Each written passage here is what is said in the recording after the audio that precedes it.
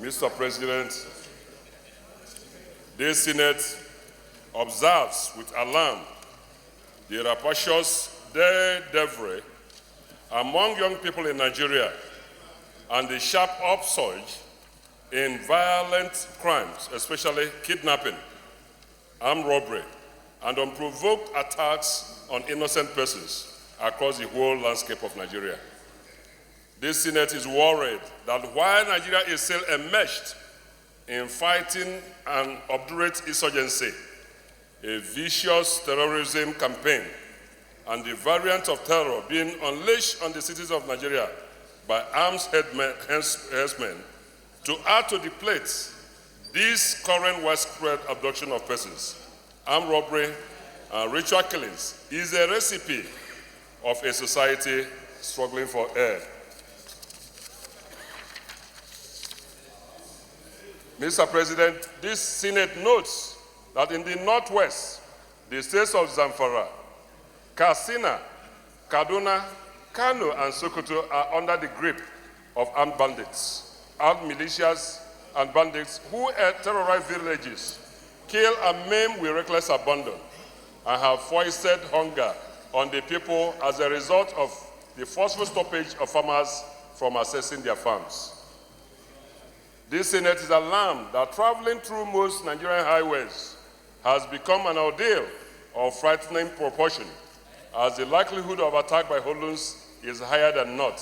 For instance, the Kaduna-Abuja highway has become a den of bandits and kidnappers, so much so that the elites have abandoned the roads and taken to the rail, thereby jacking up the cost of rail transportation, forcing poor people who hitherto patronize the rails out. This Senate is worried that in the Northeast, terrorism and insurgency have assumed a full-blown war, and the armed forces and other security services of the country are having a hard time containing all the points of gruesome activities of the insurgents. Every illusions as to the magnitude of what Nigeria is facing in the northeastern flank should have evaporated by now, with the mass killings going on there and the high deprivation it has engendered for citizens.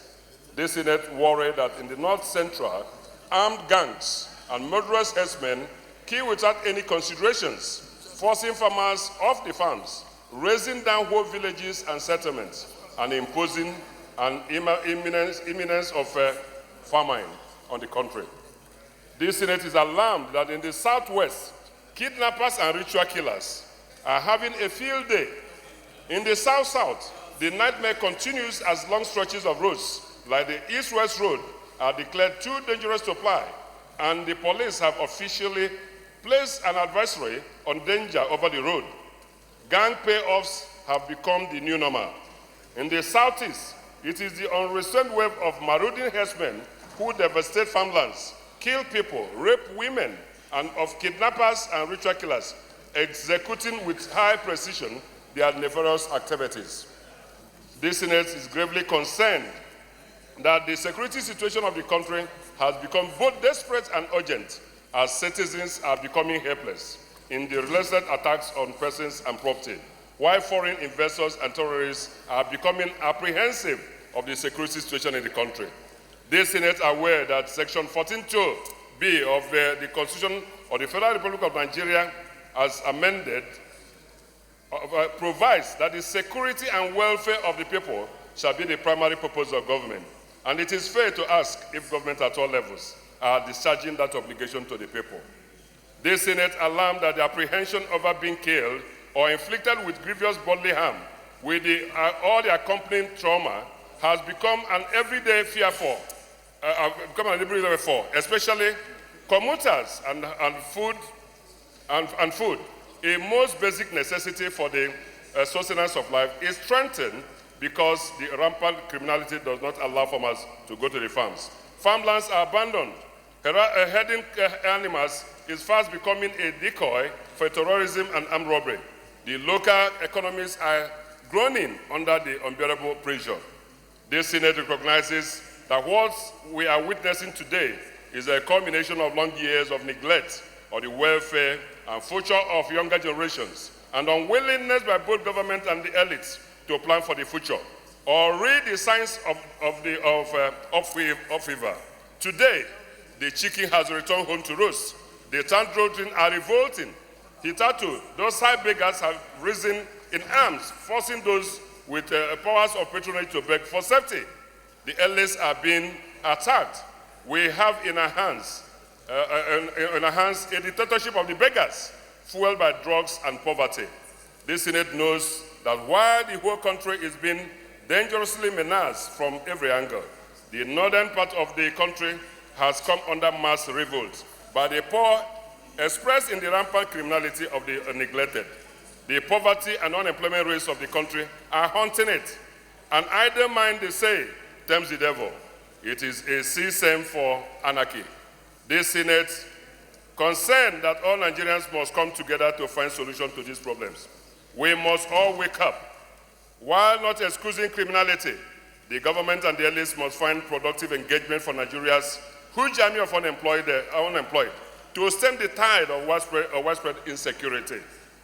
Any system that lacks social justice creates an environment of disorganization where everybody is vulnerable. We cannot throw up our hands in the air in resignation and hope that somehow the situation will go away. What we are witnessing is not a spike that will go away. It is the incipiencies of a revolution. And we need to constantly handle it with care. This is a concern that the unemployment figures in Nigeria are galloping in double digits, and it is adjudged the worst unemployment situation in the country has ever witnessed, and believes that it is the time for governance at all levels to focus on job creation.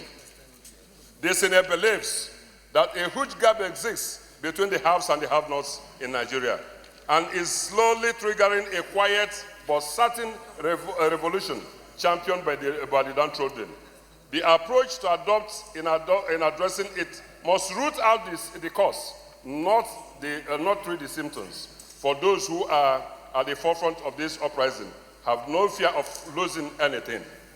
This Senate disturbed that a number of children out of school in Nigeria and a number of jobless young and not so young adults have reached a breaking point and lacking what to do, they take to crime. This Senate believes that education is key to reorienting the minds of these young people, and the federal and state governments must apply emergency measures to the issue of quality and the scale of education in Nigeria. The Universal Basic Education Act provides for compulsory primary and junior secondary education and provides a duty under pain of sanction for parents who have the care or custody of a child to ensure his education. Yet, this law is observed in breach, resulting that UNICEF projects one in every 5 out-of-school children in the world is resident in Nigeria. Thus, Nigeria has the highest number of out-of-school children in the world, with estimates of almost 15 million children. This Senate observes that most states where these young people unleash their murderous activities have low literacy levels and poor educational programs and facilities. One is minded to ask, what has happened to the funds allocated to education, especially in these states? What has happened to our Nigerian schools that were established to give these young ones a competitive footing in life and eschew the deviancy we are witnessing now in the form of widespread criminality? This Senate believes that a discussion on the cultural and other implications of deliberate regulation of the number of births per mother has become necessary to help in tackling this problem.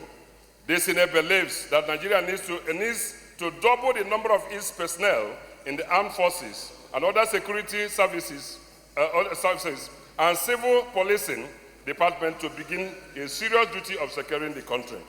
The Senate knows that this National Assembly has regularly appropriated funds running into multiple trillions for the security sector, including the police, army, navy, Air Force, civil defense, DSSS, NIA, DIA, etc., and concerned that despite all that, the Nigerian nation is groaning under an unfathomable upsurge in violent crimes across the whole country.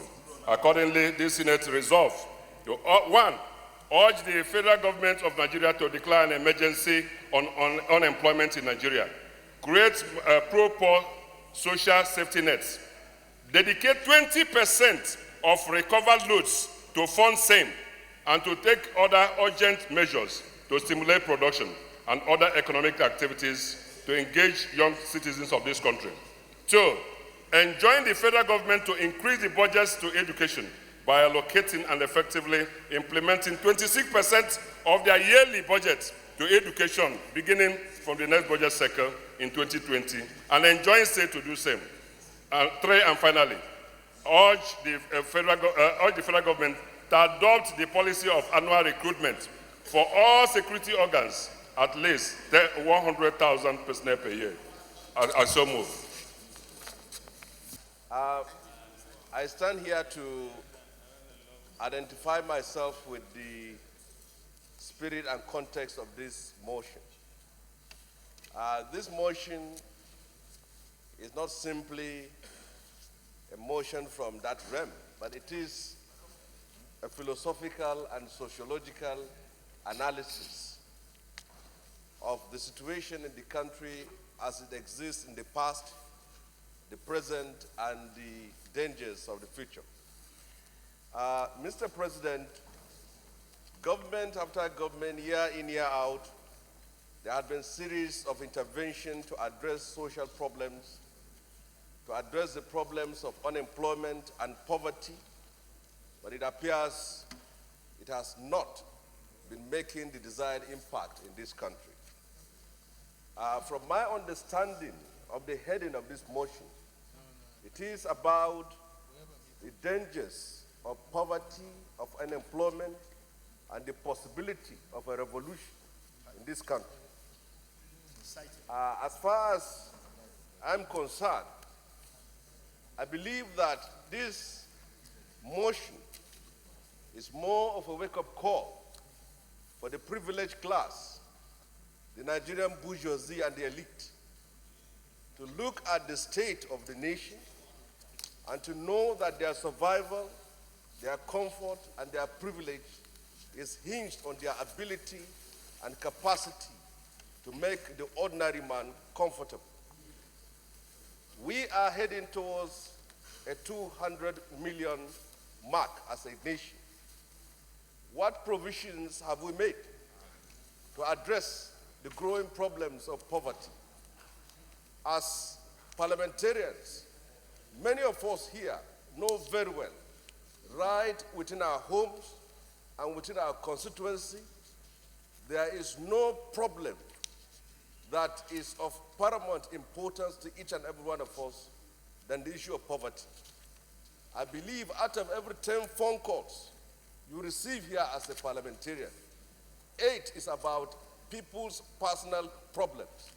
It is not about the motions or the bills you are here to do. It is about food, it is about rent, it is about employment, it is about survival. So I think if this motion should do anything now, it should be a pointer, as we have seen it in other countries. Over the issue of bread, you see people on the street. Over the issue of rising social costs, you see people on the street. It is not about today, it is also not about yesterday, but it's also about the future. What has sparked up revolutions in countries like the Soviet Union? What has sparked up revolutions in countries that have established governments that are people-oriented?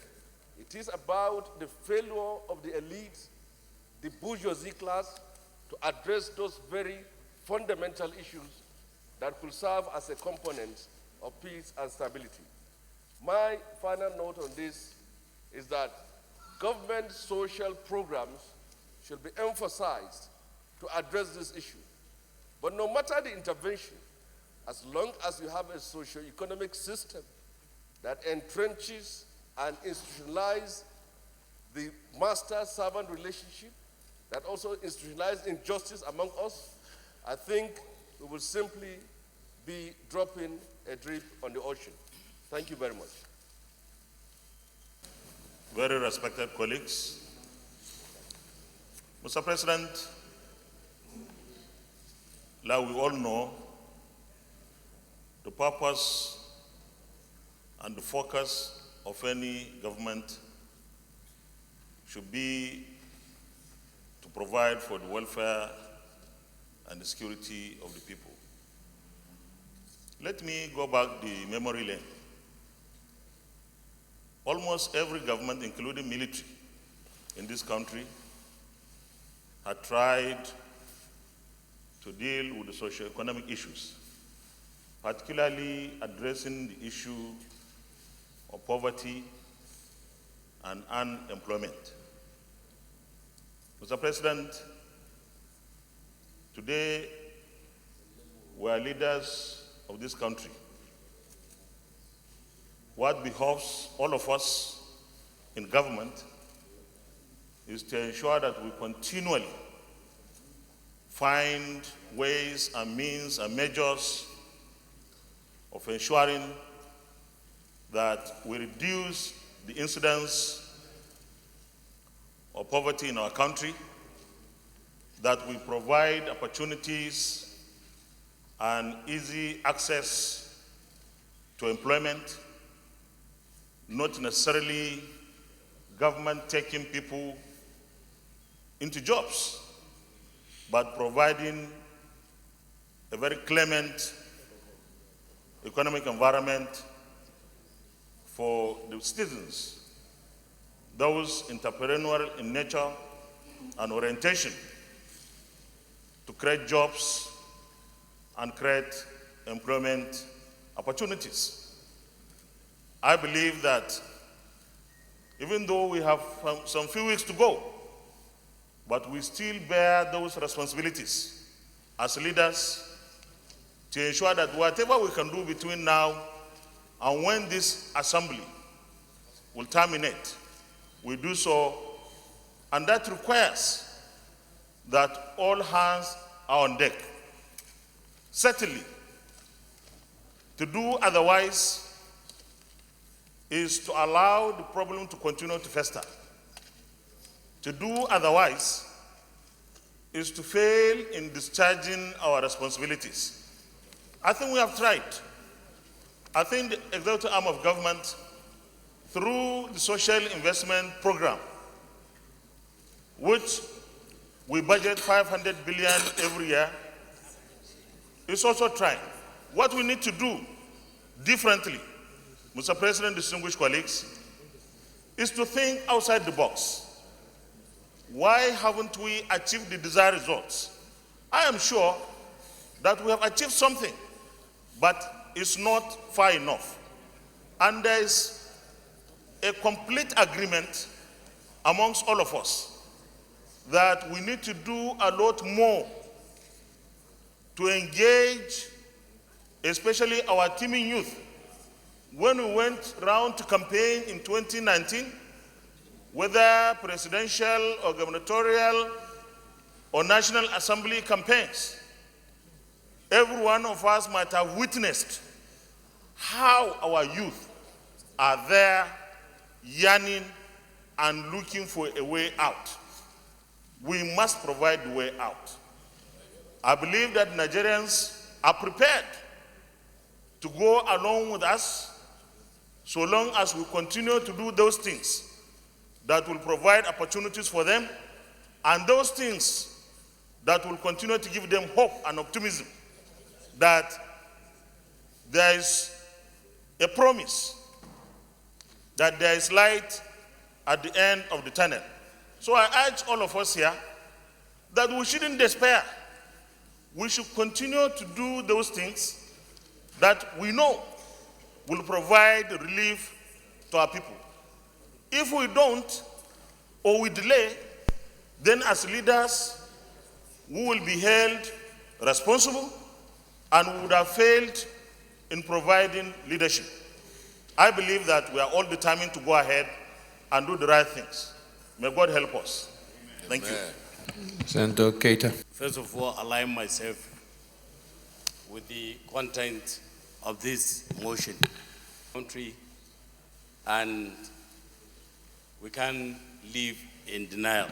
However, like I said in the previous motions, that we don't need to reduce our motions or our discussion here to TB contest, or every time bringing same motion when we know the fundamental things that we need to do. I've always insisted that we know, all of us recognize that we have a problem.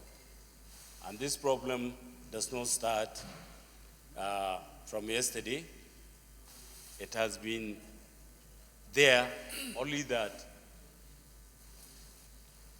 it has been changing its shape and color and looks. Now what we are facing is more of militancy and kidnappings and armed banditry. But let's be real here.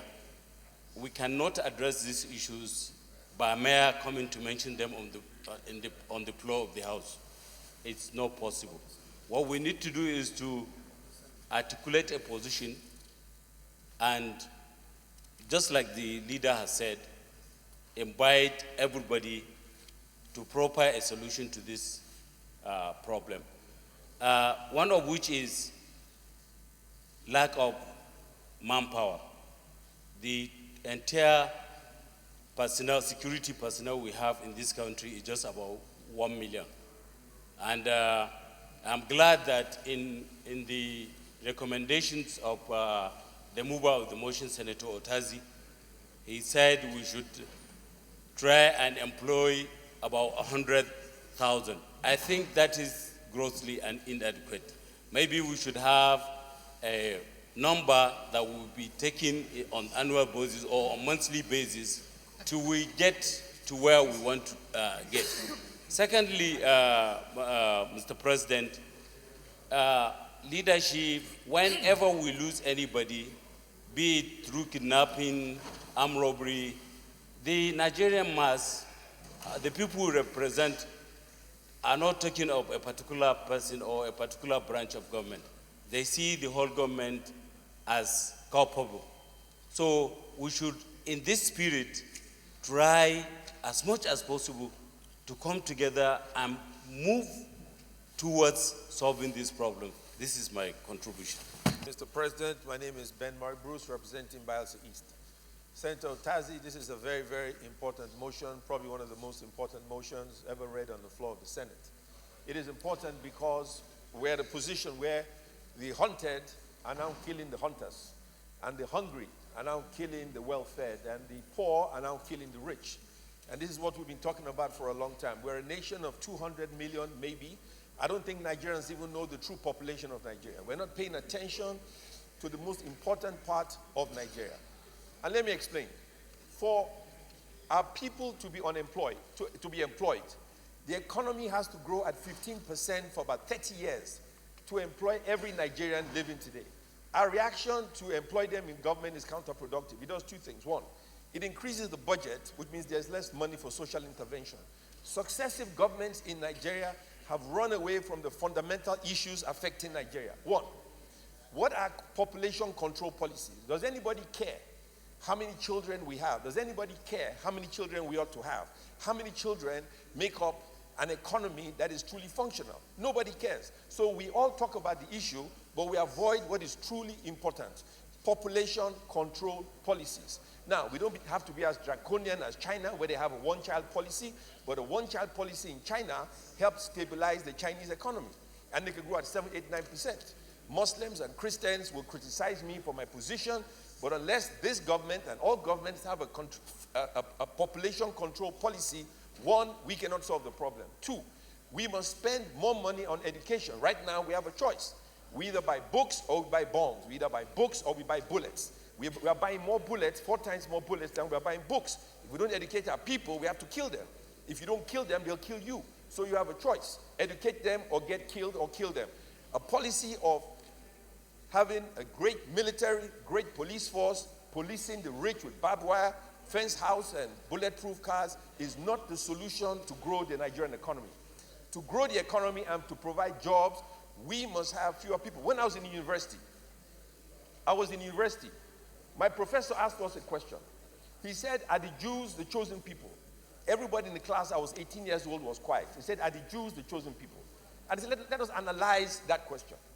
They said the average Jewish family has 1.5 children per family. The average education of a Jew is maybe a master's degree. But what do we have? What is the average education of a Nigerian? So because they have fewer people, they focus on technology, they grow the economy. With fewer people, they have an advanced economy in an environment that is not so conducive for great development. But we think having babies is equivalent to wealth, is equivalent to success, is equivalent to development, is counterproductive. We analyzed that situation. And here we are today.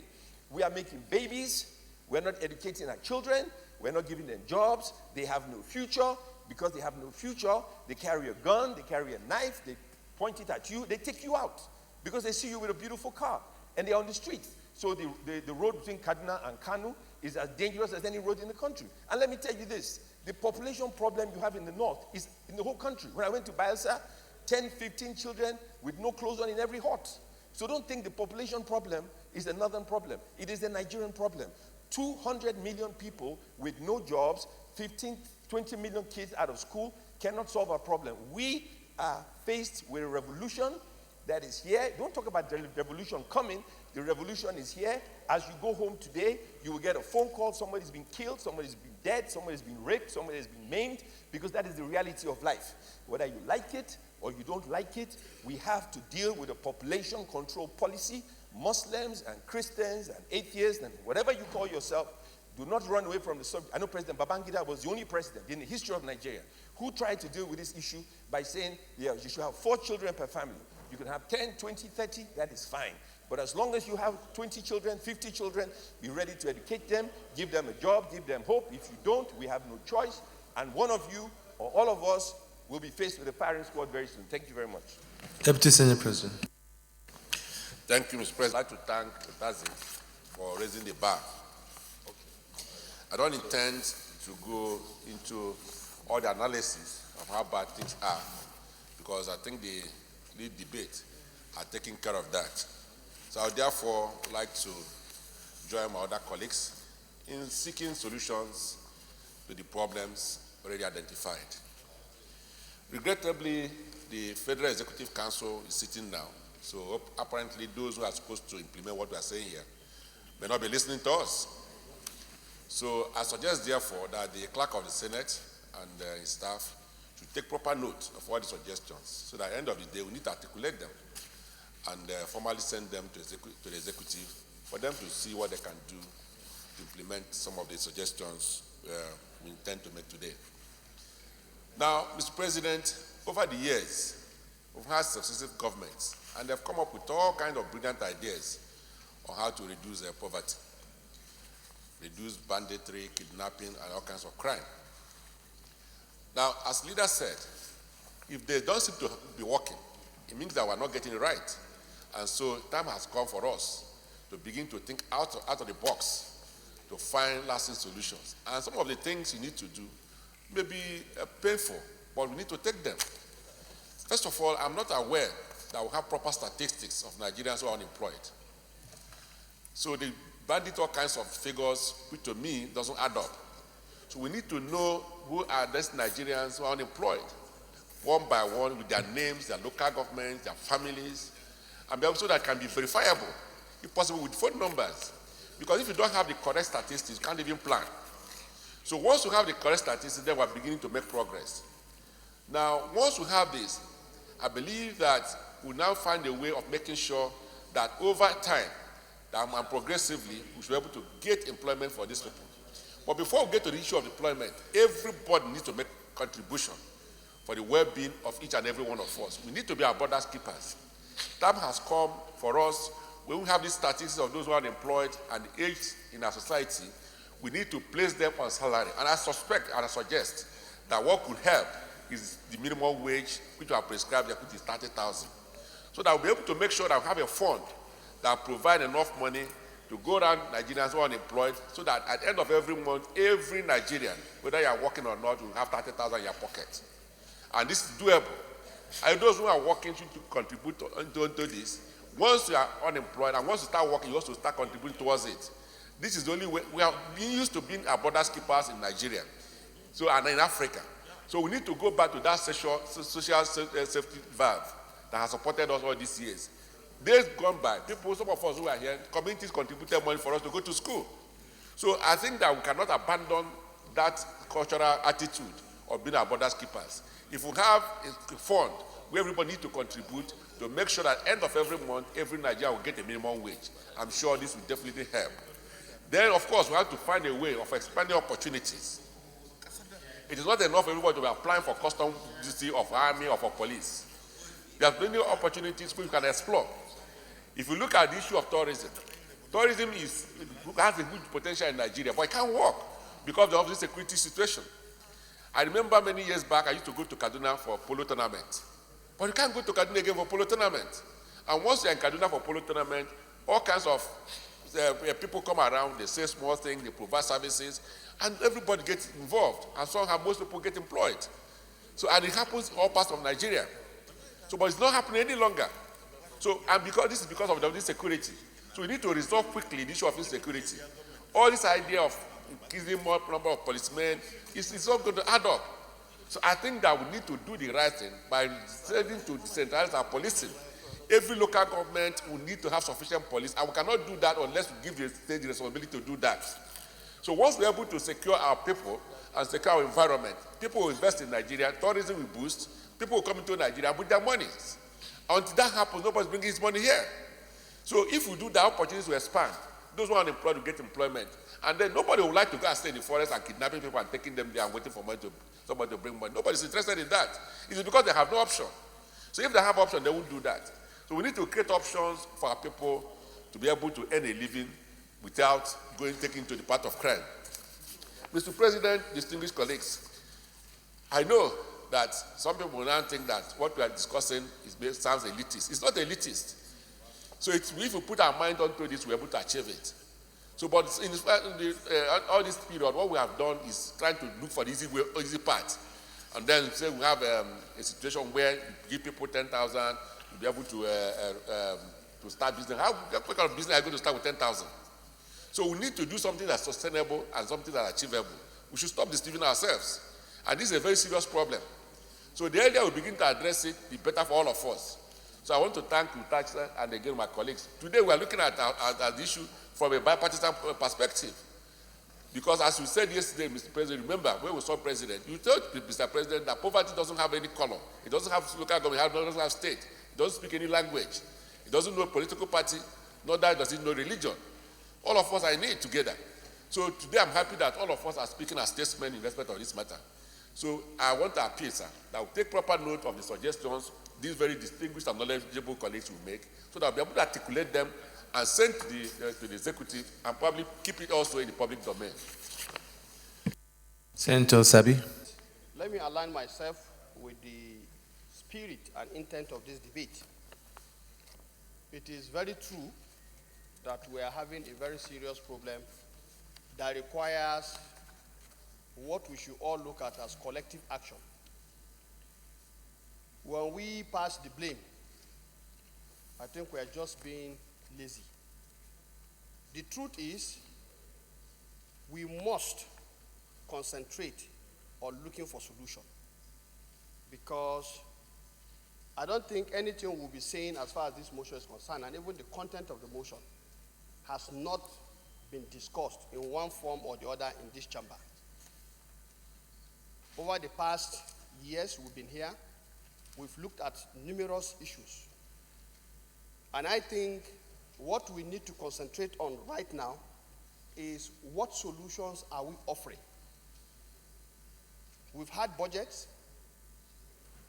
Some of the comments that have been made, I recall, for example, the issue of the social intervention funds. We were actually very critical of this fund. We looked at it, but I think beyond that, we never did anything again.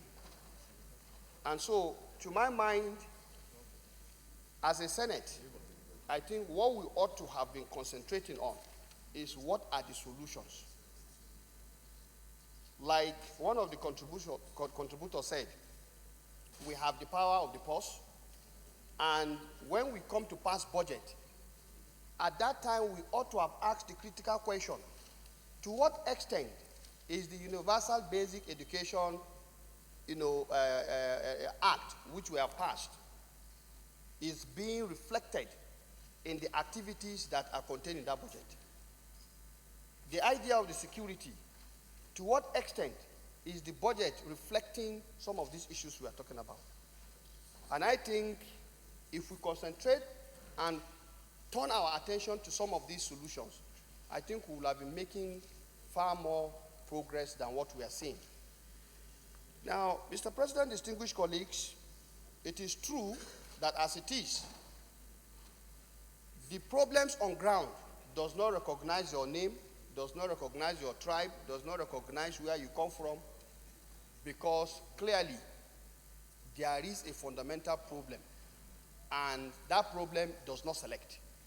So I think I will want to call and urge my colleagues to look at these things from a very patriotic lens. And I'm happy that we have brought out the key issue that we need to address, which is the issue having to do with Section 14, subsection 2, where the security and welfare of the citizens is said to be the primary purpose of governance. As far as I'm concerned, we must look at these issues more critically, because the other tiers of government, to what extent are they also responding to these challenges? What we need now is something that is beyond one party or one interest group. We must all come together collectively to make sure that we address these particular issues. And I think, like Senator Shea Osani said, this is just a wake-up call if we have been sleeping before. But I want to submit that we have discussed this issue severally, and what we need to really begin to look at is what are the solutions that can begin to reverse this.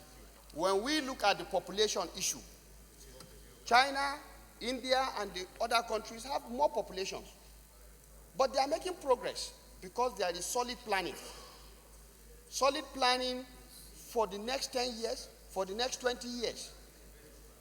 And in our own case, I think over the years, we have come up with different plans, which actually we don't even implement. So this is the issue. There is planning, but do we implement it? So these are the fundamental issues that we must begin to address. And as far as I'm concerned, I want to make it very clear that we all have a duty. If we are talking about failure, all of us here cannot absolve ourselves from that failure. We can't absolve ourselves from that failure if we are talking about the failure, because it's one government. So I want to urge that we concentrate more on the solutions. The solutions, that is what we want. Solution, solution, solution, and more solution. Thank you, Mr. President. Senator Beribi. Abia South. Mr. President, I will just make 2 sentences, and I think that will wrap up everything that we have been saying here. Let me thank our friend for bringing up this matter. Very, very serious matter for Nigerians. Let me also thank all those who have contributed. But, Mr. President, we have been running around the answer. Answer is simple.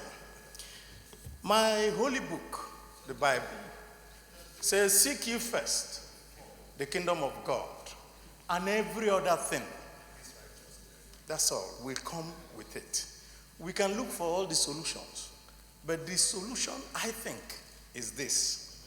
It was said by Chino Achebe a few years ago, the trouble with Nigeria is leadership. Once we have the right leadership, all these things we are looking will be resolved. Thank you. Distinguished colleagues, let me say that, sir. To the extent that the motion identifies some of the problems, I am with it. But I think we need to be cautious, sir. All over the world, and in my little understanding of the history of revolution, it has always been selfless people fighting criminals. How the definition of revolution in Nigeria becomes the other way around is what I cannot understand. What do I mean, sir? For those of us who have read history,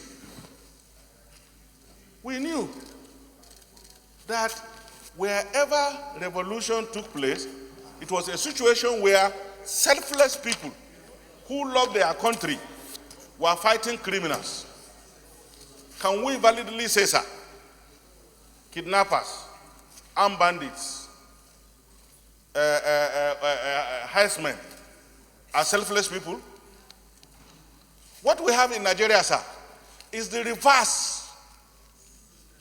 And that's why, with due respect to my colleague, distinguished Senator Otazi, the analysis, though over and above slavish cant, ended up making a goulash of the situation. Yes, we accept the fact that there is armed banditry. Yes, we accept the fact that there is kidnapping. But the issue is this: can we draw a valid analogy that the combination of these criminalities upsetting the life of law-abiding citizens of this country be said to be the part of the revolution? I say no to that, sir. It can never be the situation. Sir, what we have is a collective deficiency. And I repeat, sir, a collective deficiency of patriotism. We have had a situation where we had military rulers who were lacking in legitimacy and who promoted all kinds of things that today we are reaping the consequences. We became leaders who were above the law and were expecting our followers to follow the law. We became leaders who are above the law and we are expecting the leaders, the followers, to be above the law. This was what happened. And therefore, because people know that there is no consequence for certain actions, then they can do anything. I accept the explanation of distinguished Senator Ike Ikweremadu and leader that we need to pause and ask, what is it that we are doing wrong? And why is it that what we are doing is not yielding results? And then focus on what should be done to reverse the situation. Sir, it will be wrong for this Senate to, on record, accept the fact that criminals possess the capacity to do revolution in this country. I am not part of that decision, sir. What I will be prepared to be part of is for this Senate to accept the fact that the nation has a responsibility to enforce the laws of the country to ensure that those with criminal are not allowed to function. We are not the only poor state. I cannot understand why some people will align our situation to poverty. Sir, we have other countries around us that we know are poor, that we know their citizens are poorer than our own citizens, and yet there is law and order in those countries. So with the greatest respect, sir, to the extent that this motion identifies certain problems of the country and calls for solution to those problems, I am with it. But I will never, ever, sir, accept a situation where we reverse the entire definition of revolution as far as the dictionary meaning is concerned, where our own definition will be a situation where we'll accept that rather than selfless people fighting criminals to bring a change in the situation, we have accepted a fact that criminals can now find law-abiding citizens of this country. Thank you very much, sir. Senator Sabo Mohammed. Raised in that motion are true and real. But, Mr. President, in looking at solutions, I think it will be pertinent to note that other nations or developed nations presently chartered particular lines of action to reach where they are. I would like to give a simple example of the present-day Western nations, pre-industrial West. Mr. President, they identified land and then gave land value to the extent that almost every hectare of land in Western world now has value compared to us in Nigeria or Africa, where probably over 90% of the land here has no value. We need to create capital, and the best way to create capital is giving value to land, which we are not doing. That would take me to issue on agriculture, Mr. President. Unless we are able to come up with a comprehensive policy on agriculture in this country, we'll continue to be talking around and around on this issue. Nigeria happens to be the ninth in the world in terms of land mass for arable land mass. We happen to be number 9 in the world. We happen to, in Nigeria, you can cultivate rice from Lagos to Maiduguri, Mr. President, but we are still importing rice in this country. Unfortunately, almost 80% of the arable land in this country is not cultivated. That leaves us very poor in this direction. Agricultural sector, Mr. President, engages almost 70% of Nigerians, employable Nigerians. Unless we're able to sit down and bring out an agricultural policy and subsidize that sector, there is no way we can compete with anybody. At the present, United States of America subsidizes agricultural sector $1 billion every day. That's $365 billion a year. Now, how can we compete with such organizations? The next issue, Mr. President, is the way the Asian countries develop at the moment.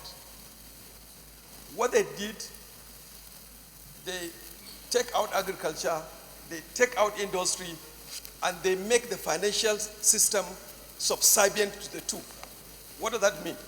Anything you want to do, you want to put an industry, there are facilities there for you that you can access. And if it is agriculture, it's the same thing.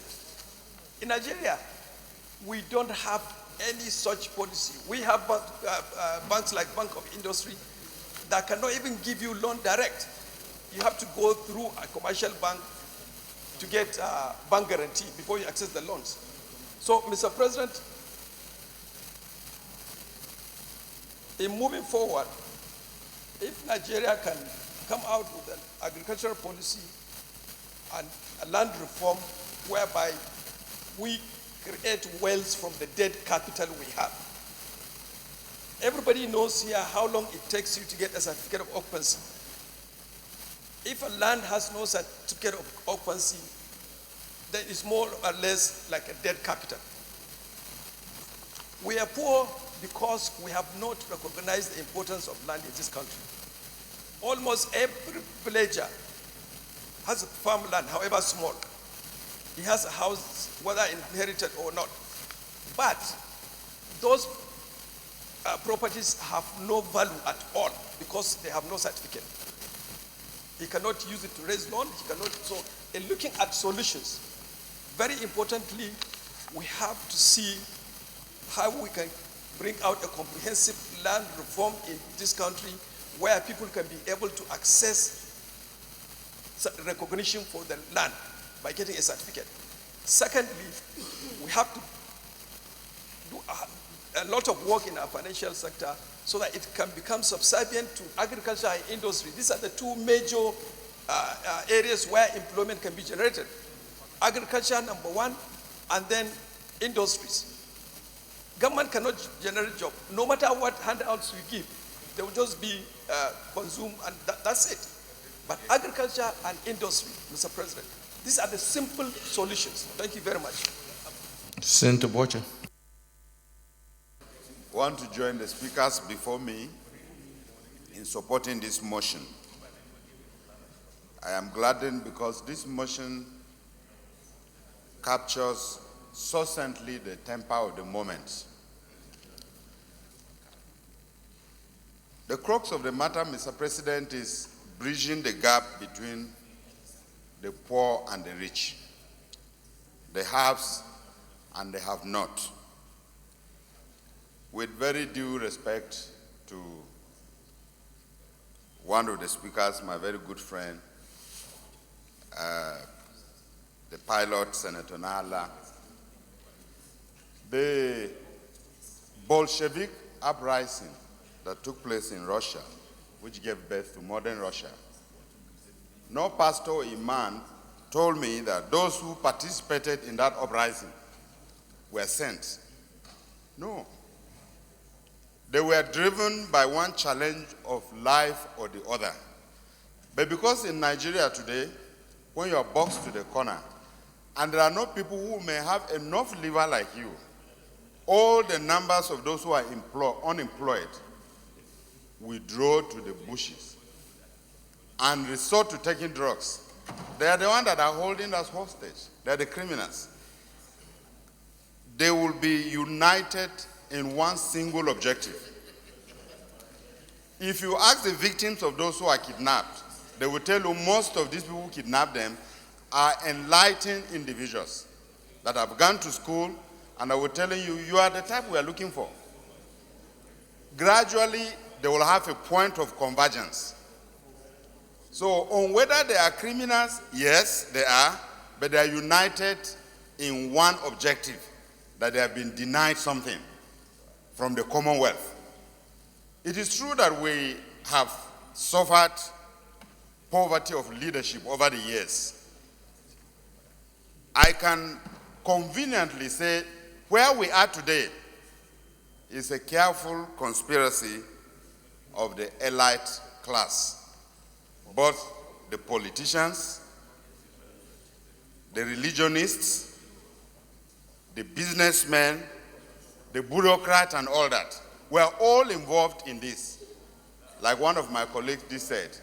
So it is no time for passing buck, for a blame game. No, it is for us to re-examine ourselves. How come we are where we are today? Where is Malaysia?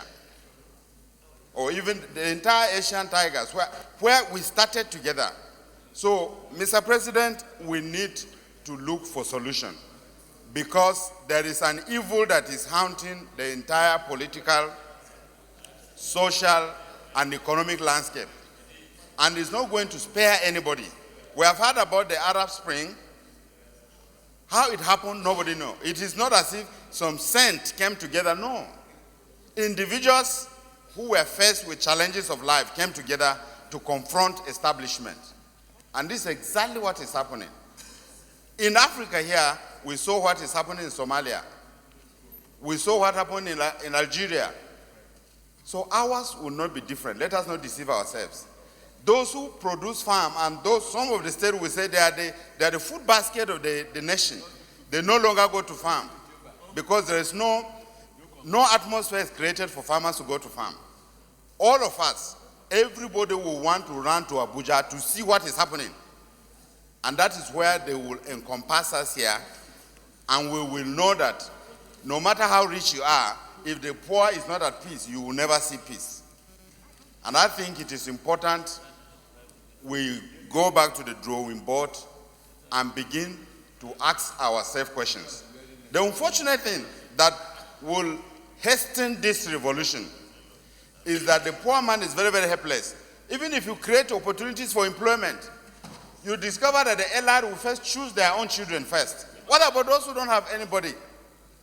Those are the category of people that will come together, go and take drugs so that they can have Dutch courage to face death, whether it is coming.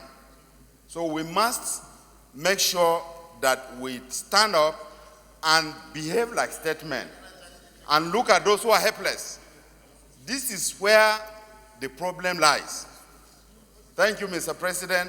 I pray we will work to make Nigeria better. I totally align with some of the past speakers that have spoken, and I want to commend, Senator Utazi for bringing up this very, very important motion today. But first of all, sir, distinguished colleagues, the fault is actually in us and not in any other person. Why do I say so? We still have the military rule hangover up till today, where we believe that we should operate under a unitary system of government in this country. Everything falls with the president. Everything falls with the federal government. We have forgotten that there is state government, there is local government. And the state governors have constituted themselves to become like they are lords of their states. And they rule the states with such impunity to the extent that people no longer respect rules. So the citizens of this country are reacting the way the rules or the rulers actually rule the citizens. Secondly, sir, the property ownership in this country. We see in this country today is the poor that is subsidizing the rich. And until we reverse this, where the rich should subsidize the poor, we will continue to have this reaction. It is actually a reaction. And it's everywhere, where you have a denial. People who are rich, recently I saw a caption, people carry their children to Mecca, to Saudi Arabia, little children, and they are calling, back home and telling that, look, we are enjoying in Medina, and the children, back home are not going to enjoy anything. We have to change the attitude, the way we relate with one another, and the government must come forcefully and relate very, very well with the citizens of this country. Otherwise, these things, I believe, will continue. I give you examples, sir. 2002, 2003, 2004, Anambra State had a very, very challenging, this armed robbery, this banditry, and what have you. When the government came closer to the citizens, they came together and solved that problem immediately. So we cannot solve this problem by saying it is only government, government, government, or it is the problem of leadership. There's also a problem of the citizens themselves. When General Ali was killed, the citizens actually helped in bringing out, his body. So we must synergize with the citizens, because we have totally absorbed ourselves and put ourselves separate as if we are special Nigerians and the citizens are not Nigerians. Thirdly, sir, our taxation in this country is very, very poor. The rich is enjoying everything in this country. Somebody will have a property of 15 billion naira, and he's not paying tax on that property. So until we assess ourselves very, very well, and we provide, security through taxation, we will not be able to solve our social problems in this country. Thirdly, sir, or fourthly, we are talking about education. Abiola of blessed memory, when he brought out his program of education, they say it's very, very expensive. Now he said, if educating is expensive, how about ignorance? So we allow ourselves to have citizens who are ignorant. Each and every one of us, every day we get text messages. Ramadan, send money. These people send money there, send money there. We have made our citizens to become hopeless in themselves and only think of sitting down at home and expecting, someone else will provide this little thing for them. So I will conclude the fault is in us, we must look at, the constitution once again. In Cameroon here, sir, they will just put a string on the road and they'll go and sit down on the side. No person there passes there. Once you come, you stop and you go and meet them. Maybe our law is too weak to control the kind of system. Why can't we reverse it? Let's assume that we are all criminals. Once you form a crime, you are a criminal. And then you should be treated that way until you can prove that you are not one. Probably we may have, a circle in the way we run our governance. Thank you very much, sir. I'm Senator Chukwukotazi. I represent the good people of Enugu North Central District of Enugu State. Mr. President, I thank you and thank members for the response given to this motion, which has been bothering me for a long time, and I decided to bring it up now. Order 53-7.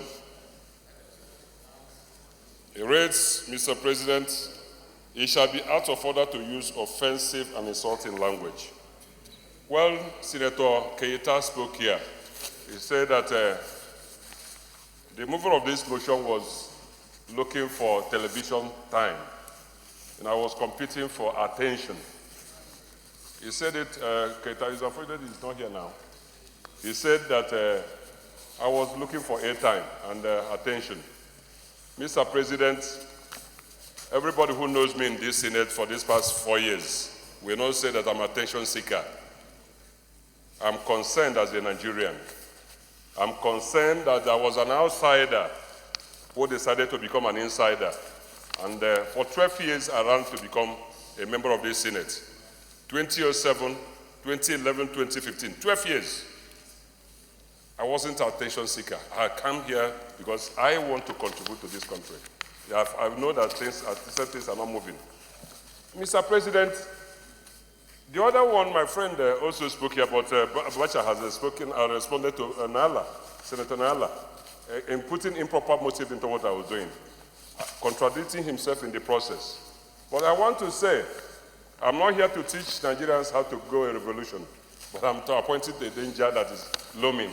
But what I want to say, I want my motion addressed to the 3 levels of government. I'm not pointing to one person. Say, but all of us, all the levels of government, and all of us are involved, that I should be concerned. The other issue I also want to say. Came on point of order. Let me rule on the point of order. No.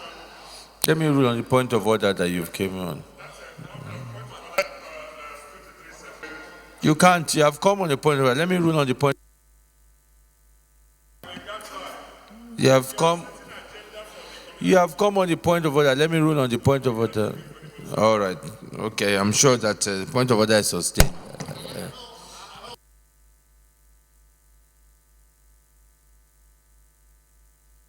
Prayers. Okay. Point of order, Senator Barrow. I represent Kano North. I'm coming under Order 53-7.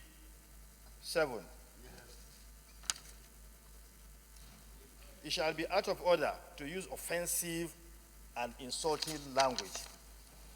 Mr. President, the title of this motion is bridging the gap between the have and have-not in Nigeria to nip in the bud the seed of a looming violent revolution.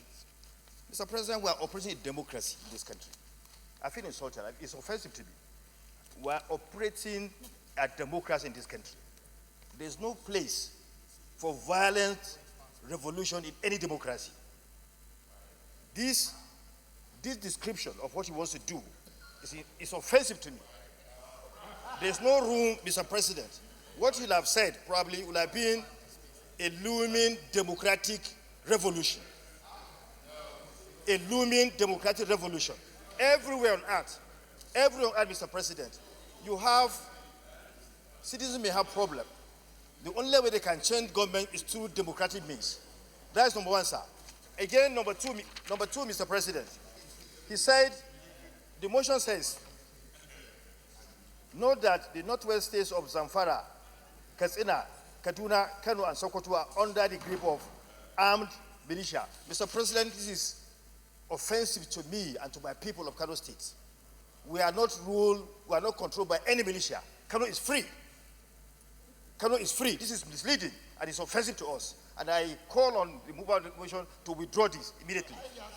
He has to withdraw this. We are not under the control of any militia. Kano is free. Thank you, Mr. President. Your point of order is noted. Go. Yes. Okay. Point of order, Senator Marafa. Representing Zamfara Central. Mr. President, I want to come under order 53.8. No senator shall impute proper motives to any other senator. Improper, yes. Mr. President,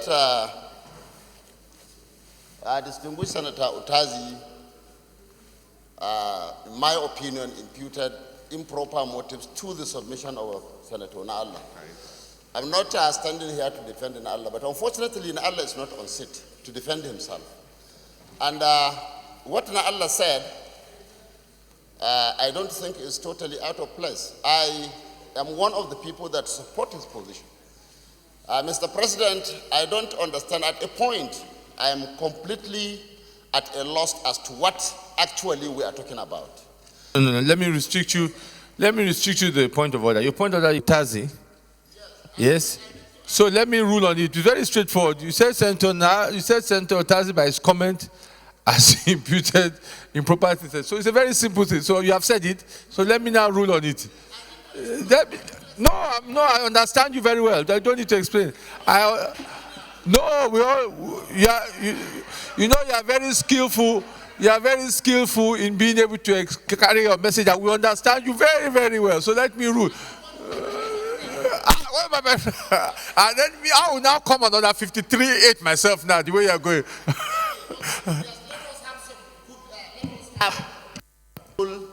Leadership at local government and state levels. I think it will form part of the solution he's talking about. Is that a point of order? Yes, and what Abaribe said about everything about leadership. Mr. President, I want to say with all sense of responsibility that as a Senate, we need to look at these things more critically. Yes, it is not all about leadership. Today, we have a president that everybody, the world, accepts that he is not corrupt. And at the same no. Let me rule on the point of order because now you are digressing. So your point of order on the first point that Senator Tazi is, I will just rule as noted. But that matter. Now let's go to prayers. Prayer 1, urge the federal government to declare an emergency on unemployment in Nigeria, create more pro-poor social safety nets, dedicate 20% of the recovered loot to fund same, and take other urgent measures to stimulate production and other economic activities to engage young citizens of the country. Those in order of prayer 1 say aye.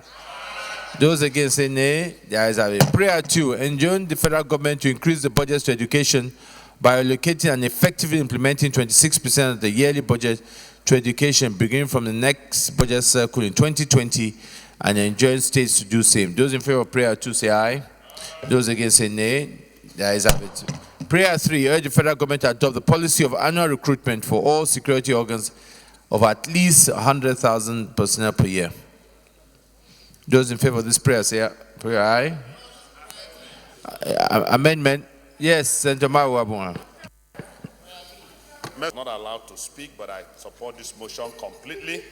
But in amending prayer 3, I think 100,000 personnel every year will be much. I feel that we had agreed 10,000 personnel every year. Because if we've been doing 10,000 every year, by now, because there was a time, I remember there was a policy by the government that every security should employ 10,000 per annum. But I'm not sure we've been employing 1,000 per annum. I remember that for the past how many years, police have been trying to recruit. As we speak, the process is still on. So I think since we're lawmaking, we don't just say things for saying sake. Let's say things that are implementable. I believe that if we can say that all the federal government to adopt the policy of annual recruitment of all security organs, that is each security organ employing 10,000 per annum, I think that would be ideal. So that is my amendment. Right. Additional prayer. Yes, additional prayer, Senator Chendu. In favor of that prayer 3 say aye. Those against say nay. The nays have it. Additional prayer. Yeah, Deputy Senate President. Let me take it one by one. Mr. President, very distinguished colleagues.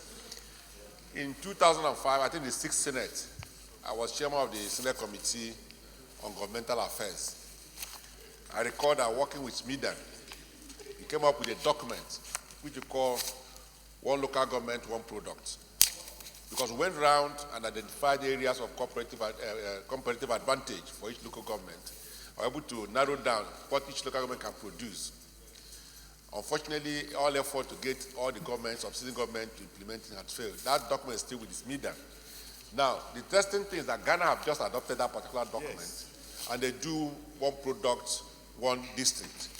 And therefore, we now add additional prayer that urge the government, the federal government, to adopt a policy of one factory, one local government, so that we have enough opportunities for the unemployed youth of this country. Any seconder? Yes, Senator Guy. Mr. President, my distinguished colleagues, I think that can bring more peace and stability in the country. I so second.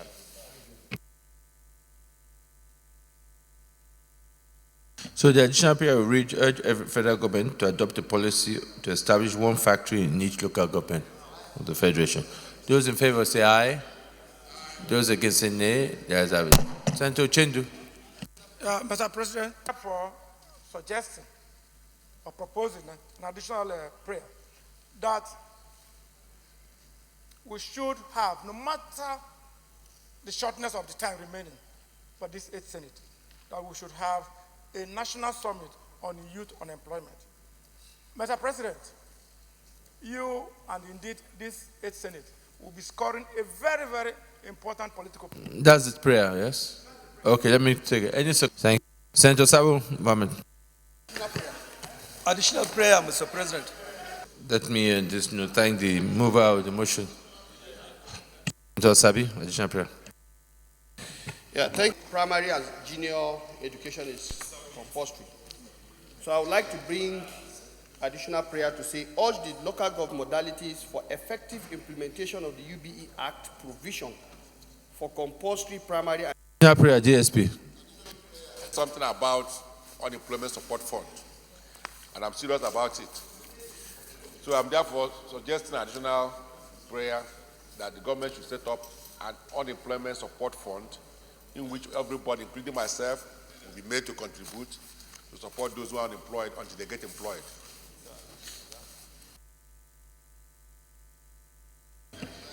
Seconder, Butcher. Yes, Mr. Those in favor of this additional prayer say aye. Those against say nay. The ayes have it. Distinguished colleagues, let me thank Senator Utazi for this very important motion. Let me also, as we've all contributed, I think there is need for us to separate the maintenance of law and order from the issue of poverty. I think it's important. I think it cannot be an excuse that as a nation that no matter how bad it is, we must be able to maintain law and order. And that is why it's important that we as Parliament give all the support that is necessary to all the security agents, all government policy on security to see that we maintain law and order. I think this is key, that we must address it. What bills are still needed to be passed to strengthen, whether it's the police, their responsibilities, their training, their resources, their budget. It's very, very important that we must ensure that we can maintain law and order. And I think that is key. And those who are responsible in maintaining law and order must also understand that there cannot be any excuses for not being able to maintain that law and order. I think that's number one. And number two, as everybody who have contributed, we must address the issue of unemployment and begin to think out of the box of how do we do that. And that is why some of the prayers that have come to play, I'm sure, are key. And again, it's not just a federal government responsibility, as we all said. States and local government too all have a role to play. And I hope that we continue to follow this up in our different committees and responsibilities to, because we also have a responsibility to oversee and ensure that these things that we've talked about are implemented. The policies are there. We must also play our own role in ensuring that those agencies that are responsible from agriculture to the issue of job creation and also the issue of the social safety nets that were put in place. Senator Zaji, once again, thank you for this important motion. Leader of the Senate.